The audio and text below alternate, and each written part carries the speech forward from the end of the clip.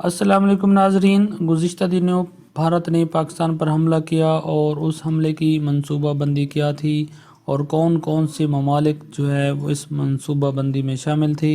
ایک ISI کی خفیہ رپورٹ میں یہ سب بتایا گیا ہے کہ پاکستان پر حملہ اور ان کی منصوبہ بندی میں کون کون سے ممالک شامل ہیں۔ نمبر 1 انڈیا تھا، اس کے بعد ایران، افغانستان، اسرائیل اور امریکہ۔ ناظرین، اسرائیل نے انتہائی مہلک میزائل سپائس 2000 اور اپنے پائلٹ انڈیا کو دیے، جو جدید ترین روسی ساختہ سکوئی 30 جنگی طیارے اڑا رہے تھے۔ ایسا ہی ایک طیارہ پاکستانی حدود میں آ گیا اور ہٹ ہو کر بڈگام میں جا گرا۔ اس کا پائلٹ جل کر مر گیا، جو اطلاعات کے مطابق اسرائیلی تھا۔ ناظرین، ایران بلوچستان پر قبضہ کے لیے تیار بیٹھا تھا۔ ایران اور انڈیا کی کمٹمنٹ تھی کہ انڈیا پاکستان کی فوج کو پوری طرح سے انگیج کر لے گا اور پھر ایران میدان خالی دے کر اپنے ہاں دہشت گردی کا مدعا لے کر پوری بلوچستان پر قبضہ کر کے اس کو ایرانی علاقہ قرار دے لے گا۔ اسرائیل کے بعد ایران ہی وہ ملک ہے جس میں سب سے زیادہ یہودی بستے ہیں۔ تقریباً 13 لاکھ یہودی جو ہیں وہ ایران میں بستے ہیں۔ اس کی اسمبلی میں 13 یہودی ممبر ہیں۔ ایران اور انڈیا میں آپس میں معاہدہ ہے کہ انڈیا اور پاکستان کی جنگ کی صورت میں ایران انڈیا کو اپنے اڈے، بندرگاہیں اور دیگر ہر طرح کی سہولیات دے گا۔ ایران کسی بھی طرح سے ایک مسلمان ملک نہیں، وہ سعودی عرب اور اس کے حلیف ممالک کے خلاف صفیں آ رہا ہے۔ آپ کے دشمن کا دوست کبھی بھی آپ کا مخلص دوست نہیں ہو سکتا۔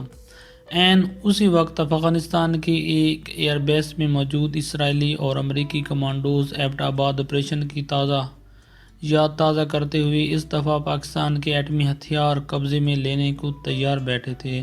ناظرین، انڈین کمانڈوز نے اسرائیلی کمانڈوز کے ساتھ مل کر کراچی اور بہاولپور پر قبضہ کر کے پاک فوج کو ہتھیار ڈالنے پر مجبور کر دینا تھا۔ اس دوران وسیع پیمانے پر سپائس 2000 نامی انتہائی مہلک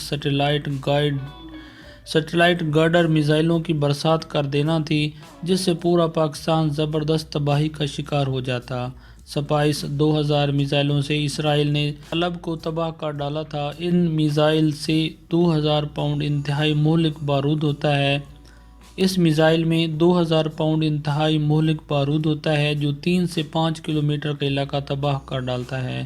انڈین پائلٹ پاکستان میں 4 میزائل سپائس 2000 فالتو سامان کے ساتھ ہی گرائے گئے، جن پر اب پاکستانی سائنسدان ریسرچ کر رہے ہیں۔ عنقریب پاکستان خود سپائس ٹیکنالوجی اپنے ہتھیاروں میں استعمال کر رہا ہوگا۔ ناظرین، مقصد پاکستان کو 48 گھنٹوں میں تہہ و تیگ کر دینا تھا، لیکن ISI کو تمام منصوبے کا بروقت علم ہو گیا اور پھر جو ہوا وہ آپ کے سامنے ہے۔